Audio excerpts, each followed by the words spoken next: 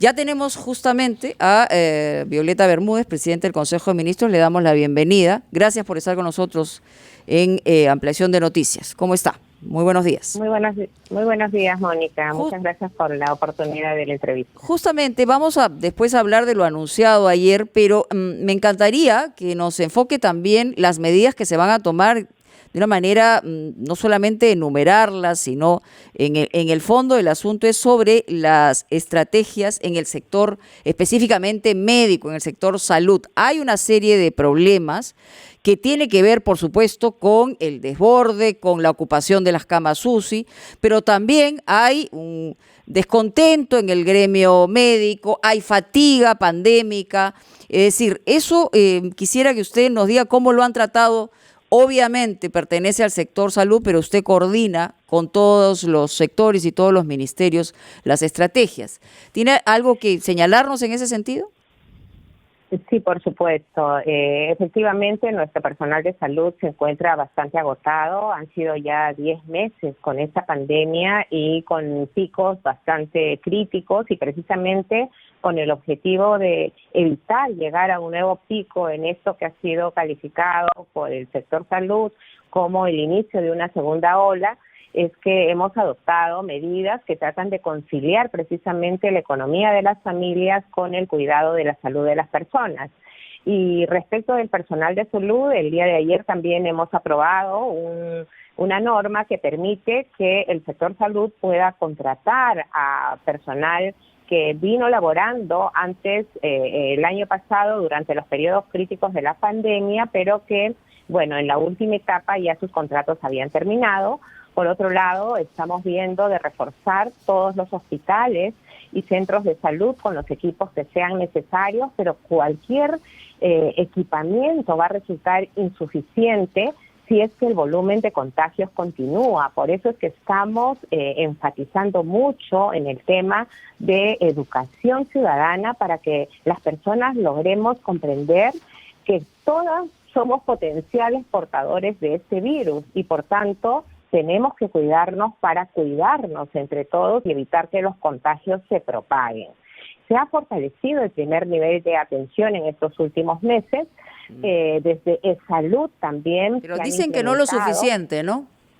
Yo creo que para un país como el nuestro, tan complejo, con tantas carencias, resultaría en realidad muy alejado de la realidad decir que es suficiente, pero se están haciendo todos los esfuerzos, adquiriendo equipos, algunos por donación y otros con inversión pública, para poder brindar a los hospitales y a los centros médicos de oxígeno, de equipo complementario para equipar las camas UCI, pero llega un límite respecto del número de profesionales de salud que puedan atender a la población, porque no olvidemos que tenemos más o menos un 40% de personal del campo de la salud que no puede trabajar físicamente porque se encuentran en condición de vulnerabilidad. Por eso es que debemos evitar llegar al servicio de salud cuando la situación de nuestra salud está crítica, porque las personas que están llegando muy tarde, de frente prácticamente a requerir una cama UCI. Es importante por ello que ante los primeros síntomas de la enfermedad busquemos apoyo en el primer nivel de atención de la salud, en un médico, nos orientemos llamando también a la línea 113 para saber qué medidas debemos adoptar.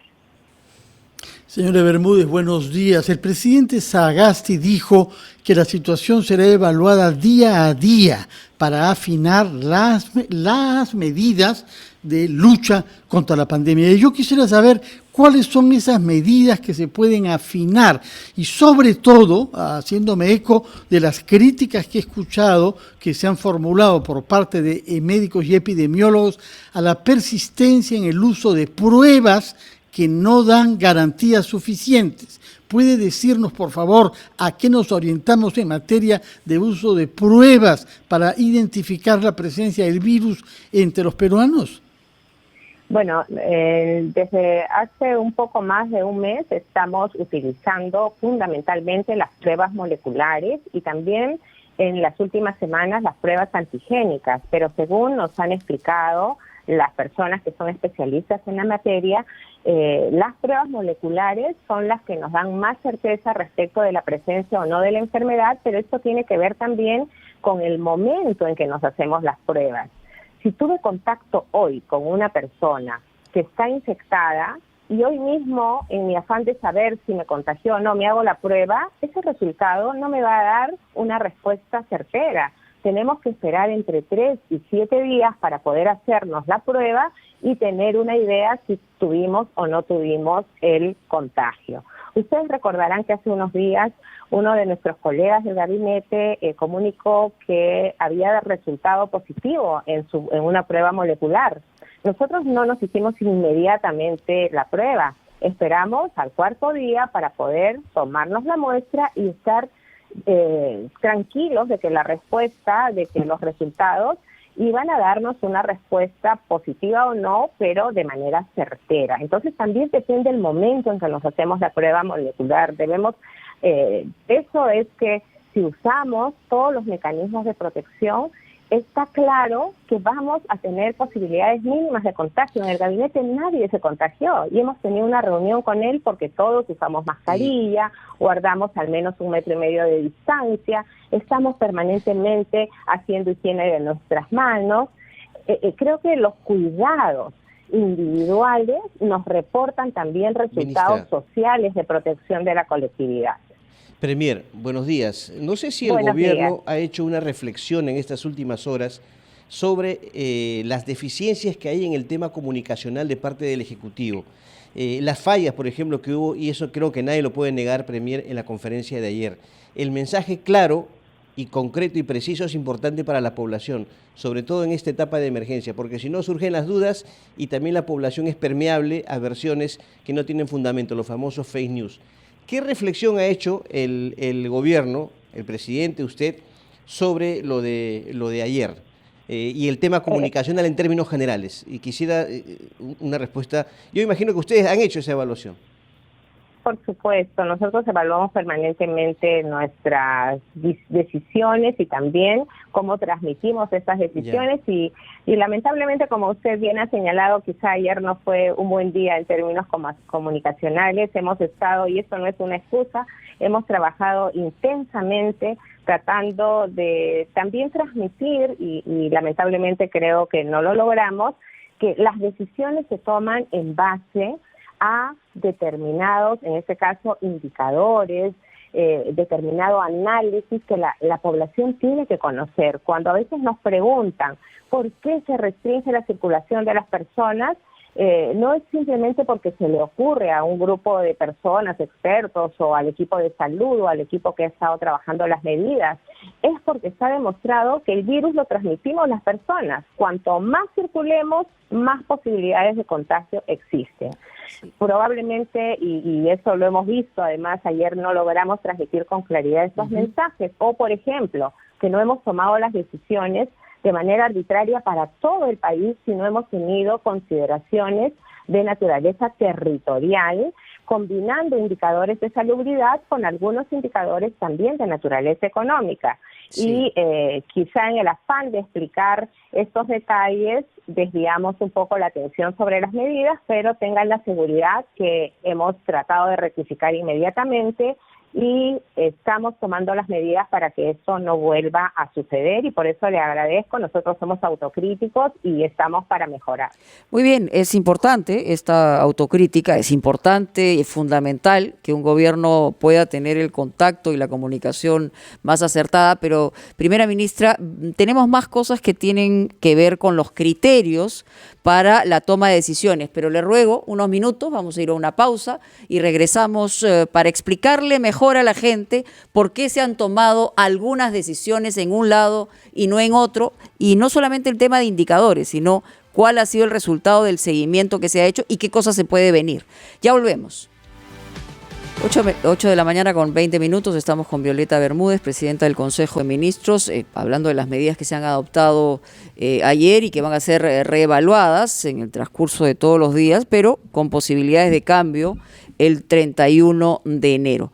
Yo le preguntaba sobre criterios más específicos y más claros, por ejemplo, en el caso de Lima Metropolitana, el Callao, el tema del no tránsito de vehículos los días domingos. Está demostrado que ese tránsito de vehículos particulares está vinculado a un impacto de un mayor número de contagios, es decir, ¿eso ha sido sustentado en términos numéricos?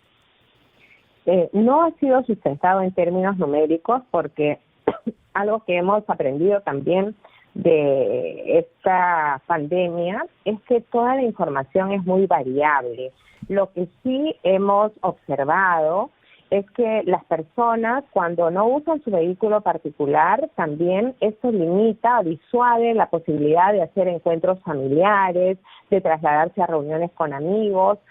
Muchas personas señalan, este es un porcentaje pequeño de la población, pero eso limita el ir restringiendo la movilidad de las personas en general. Lo que hace es evitar, reitero, que el virus circule. Una cosa que hemos aprendido y que a veces no nos damos cuenta es que el virus no está en el ambiente, el virus lo llevamos los seres humanos. Entonces, a mayor movilidad de las personas, a mayor tránsito, mayor circulación del virus. Si no tomamos todas las personas las medidas, quien lo porta y quien no lo porta, el volumen de la transmisión se incrementa. Entonces, esta es una consideración sobre todo para ir alertando a estos grupos de departamentos de que estamos con menores posibilidades de respuesta sanitaria. Se está incrementando el número de contagios, se está incrementando el número de personas que lamentablemente llegan a situaciones extremas y que requieren de camas UCI y muchas de ellas fallecen. Entonces, hemos usado esta combinación de elementos para poder ubicar a cada departamento en uno de estos grupos de riesgo moderado. Todo el país estamos en riesgo mientras esté el virus, pero si es un riesgo moderado, tendremos mayor posibilidad de desplazarnos, de interactuar, que cuando estamos en un riesgo alto o en un riesgo muy alto. Señora Bermúdez, ha insistido el presidente Sagasti en no tomar decisiones unificadas para todo el territorio, sino adaptarnos al caso particular de cada una de las 25 regiones. Y por eso es que se ha dividido en 3 tipos, ¿no? Que van de menos riesgo a mayor riesgo. Lo que llama la atención, yo quisiera saber si hay alguna explicación para eso, que en las 7 regiones de más alto riesgo, 6 son de la costa y solo Junín, y no hay ninguna de la selva. Parece que en la selva, todas las regiones de la selva tienen menos riesgo. ¿Hay alguna explicación que vincule la prevalencia del virus con las regiones geográficas de nuestro país? Bueno, evidentemente recordemos que el año pasado muchas zonas de la selva fueron afectadas severamente por el virus. Entonces, el grado de contagio se produjo en una primera etapa de manera intensa y por eso la evolución de los contagios ahora se mostraría en cifras inferiores. Ese es uno de los criterios. Perdón. Otro elemento que se ha tenido en cuenta son también los datos que nos va reportando diariamente el Ministerio de Salud respecto de el número de camas hospitalarias ocupadas, respecto de también las posibilidades que existen de acudir hasta niveles más altos de atención, como el uso de las camas UCI, y las respuestas que también en estos días ha dado el sector salud para complementar equipamiento en aquellas zonas en que se carecía de estos o se estaba muy cerca del límite. Entonces, lo que hemos hecho es analizar los mismos criterios para evaluar la situación actual de cada uno de estos departamentos y reitero, esta clasificación o este grupo de criterios utilizados, y que nos ha llevado a formar este grupo también de departamentos, es algo que no es estático, que puede pasar un grupo que hoy día está en un riesgo alto a un riesgo muy alto o a un riesgo moderado. El objetivo de las medidas es que todos bajemos hacia un riesgo moderado. pero teniendo en cuenta estos Sí. elementos que he comentado. Premier, quería preguntarle sobre el tema de los viajes interprovinciales, interregionales, porque eso también quedó en duda. Por ejemplo, hay regiones con niveles altas de contagio y otras con niveles Ujú. moderados. Entonces, ¿qué va a pasar con esas personas que quieren viajar, por ejemplo, de una región con un nivel alto a uno moderado? Está restringido en ese sentido, y también con los viajes a nivel de Latinoamérica. Hay países con altos niveles de contagio. Sí, en cuanto a los viajes internacionales, mantenemos hasta el 31 de enero las restricciones de los vuelos provenientes de Europa. Sin embargo, los otros vuelos internacionales sí están permitidos con el requisito de presentar cada pasajero los resultados de una prueba molecular, pero adicionalmente tienen que hacer una cuarentena. La diferencia, una cuarentena de 2 semanas. La diferencia es que en esta oportunidad hemos introducido la posibilidad de que el viajero pueda hacerse otra prueba molecular a los 6 días de ingreso al país, y si esto sale negativo, se rompe la cuarentena. Lo que queremos garantizar es que las personas que reingresan o ingresan al país estén sin ningún virus, que no sean portadoras del virus. ¿Y entre las regiones del país? Entre las regiones no hemos establecido. ¿Cómo se va a controlar eso? Sin embargo, mañana va a salir publicada, el día de hoy, el Ministerio de Transportes y Comunicaciones está trabajando unos dispositivos complementarios que serán publicados el día de mañana, precisamente para clarificar todos los aspectos que usted comenta. Sí, pero en primer término, es decir, el transporte interprovincial no se ha restringido, es decir, sigue funcionando tal cual ha estado funcionando. Sigue funcionando, efectivamente. Uh-huh.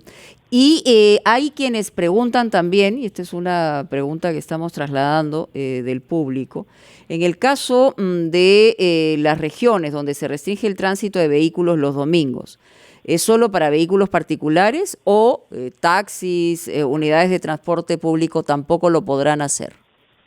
No, las restricciones, cuando estamos en un riesgo alto, las restricciones del tránsito es para vehículos particulares.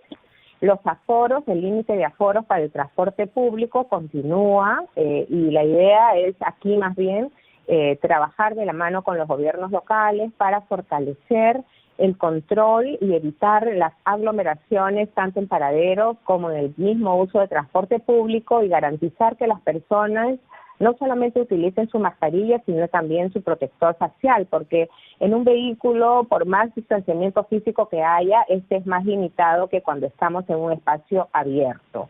Y aquí también quisiera aprovechar la oportunidad para reforzar que estamos promoviendo que empleadores, tanto del sector público como privado, que tengan la posibilidad de hacer trabajo remoto, que se siga propiciando el trabajo remoto, porque reiteramos, a mayor circulación de las personas, mayor riesgo de propagación del virus. Si podemos hacer trabajo remoto, es mucho mejor tanto para nosotros como para la protección de toda la sociedad. Sí, Premier, ¿cuál es la posición del gobierno o de usted cuando escucha a líderes políticos y básicamente candidatos presidenciales hablar o recomendar el uso de sustancias que no están comprobadas desde el punto de vista científico en cuanto a la prevención o cura del COVID-19, sin embargo lo hacen, hasta inclusive no usar mascarilla? Esto es un tema fundamental en el tema de la prevención, justamente. Sí, por eso es que ustedes, y agradecemos mucho a los medios de comunicación que como RPP cotidianamente nos recuerdan que tenemos que seguir usando las mascarillas, que debemos lavarnos las manos, guardar la distancia física, evitar el estar en lugares muy cerrados o en reuniones que duren demasiado tiempo. Pero etcétera, vemos a candidatos etcétera. presidenciales que recomiendan ivermectina, que dicen no uso mascarilla porque a mí ya me dio el COVID. Pero no solo candidatos presidenciales, candidatos al Congreso también. También médicos. Desde mi punto de vista, bueno, yo creo que un médico es responsable de las prescripciones que da a sus pacientes, pero considero que en general todas las personas debemos ser responsables, ¿no? Y yo pienso siempre zapatero a sus zapatos. Yo soy abogada y no me atrevería a dar una prescripción médica, porque además no me corresponde y entiendo que hasta podría ser poner en riesgo la salud de las personas. Entonces yo diría... Pero sí hay una mirada de gobierno respecto a eso, ¿no? O sea, hay un sustento de gobierno.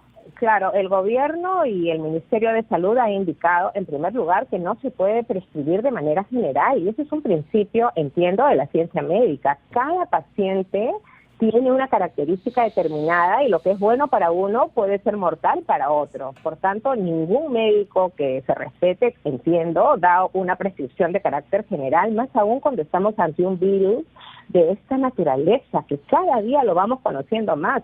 Hace un mes no teníamos idea de esta variante que hoy día conocemos, de esta variante que hemos denominado variante europea y que resulta siendo una variante muy contagiosa, ¿no? Sí. Entonces, me parece que todas las personas debemos ser responsables, no dar prescripciones de naturaleza general, pero también la ciudadanía debemos escuchar las cosas dependiendo de quién las dice. Hay expertos, hay expertas que nos dan orientaciones que debemos seguir. Y una primera orientación en el campo de la salud es informarnos bien, porque estamos hablando de nuestras vidas, estamos hablando de la vida de las personas. Señora ministra, entiendo que su agenda es bien apretada, pero ¿nos permitiría unos minutos más? Tenemos que hacer un pequeño corte, porque hay un tema que tiene que ver con vacunas, acaba de declarar la ministra de Salud, y queríamos también su posición respecto a ello, ¿no? Porque se ha hablado mucho de precios, y ella ha señalado que estos comentarios son hasta esquizofrénicos, pero en todo caso queremos la palabra de la Premier, si nos permite. Muchas gracias, sí, espero, muchas gracias. Muy amable. Vamos a una pausa. Muchísimas gracias a la primera ministra por esperarnos unos minutitos, 8:35. La pregunta puntual tiene que ver con lo que se ha sabido hasta el momento respecto a lo que se ha revelado del precio de la vacuna que estaría adquiriendo el Perú, que es la de Sinopharm y la de AstraZeneca. Y lo que ha dicho la ministra de Salud es que lo que se ha señalado es hasta esquizofrénico. Dice, no las revelamos no porque no queremos, sino por disposición de contrato. Es decir, la fecha está entre fines de enero y comienzos de febrero, eso todavía no se ha determinado bien, se ha desembolsado ya 94 millones. ¿Y por qué tanto secretismo con el tema de precios y adquisiciones? Aparte del contrato específico, porque en otros lugares se sabe cuánto cuesta, ¿no? Bueno, en varios lugares se habla de precios, habla de rangos de precios, pero en general estos contratos tienen una cláusula de confidencialidad en torno al precio y también en torno a una serie de cláusulas, porque recordemos que estamos comprando una vacuna de emergencia. Al momento que se empiezan las negociaciones hay un precio aproximado, y a modo que va la producción en las etapas iniciales tenemos un precio, y yo me imagino que más adelante, cuando hay una mayor oferta, también habrá la posibilidad de negociar mejores precios. Ahora, los precios que han salido en publicaciones de la semana pasada realmente, según nos informan, tanto de Cancillería como del Ministerio de Salud, son precios pues, que no tienen nada que ver con la realidad. Uh-huh. Entonces, lamentablemente existen estas cláusulas por las razones que le indico. Los laboratorios mismos hacen negociaciones bilaterales con los gobiernos, depende el volumen de adquisición también, me imagino, como en toda oferta y demanda, para establecer precios determinados, y nosotros precisamente estamos informando sobre todo al Congreso, que nos pregunta con cierta recurrencia que de estas cláusulas, para que vean por qué estamos limitados en este momento de dar esa información. También tenemos en negociación contratos con otros laboratorios y cada uno tiene sus estipulaciones específicas en cada uno de los contratos. Esa es la restricción que tenemos, pero los precios que se están manejando, que cada vacuna va a costar más de $100, ¿he escuchado? Eso no es así. Señora Bermúdez, quisiera que nos explique, por favor, cuál es la situación con las camas UCI, puesto que se nos ha dicho ayer que no es cierto que no hayan camas UCI, puesto que a medida que se requieran irán siendo habilitados a partir de camas no UCI. Y sin embargo, tenemos el testimonio de varios dirigentes de hospitales que nos dicen que tienen listas de espera y que no pueden poner a personas que lo necesitarían en camas UCI por falta, no solamente de camas propiamente tales con sus equipos, sino de personal. ¿Cómo se explica que pueda faltar personal? ¿Por qué tantas quejas del no pago de bonos de algunos médicos, lo que incluso ha llevado, como sabemos, a una huelga?